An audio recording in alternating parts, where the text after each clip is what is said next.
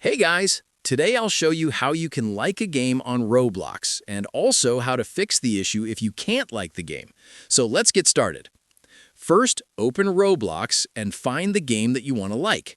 When you open the game page, make sure you don't click the play button immediately. Instead, scroll a little below the game image or banner where you will see different options such as the thumbs up and thumbs down icons.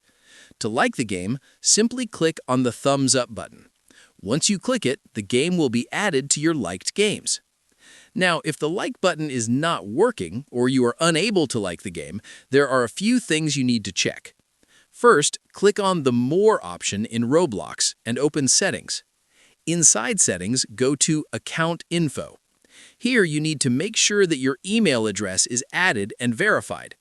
If you have not added an email yet, enter your email address and complete the verification process. After verifying your email, go back to the game page again.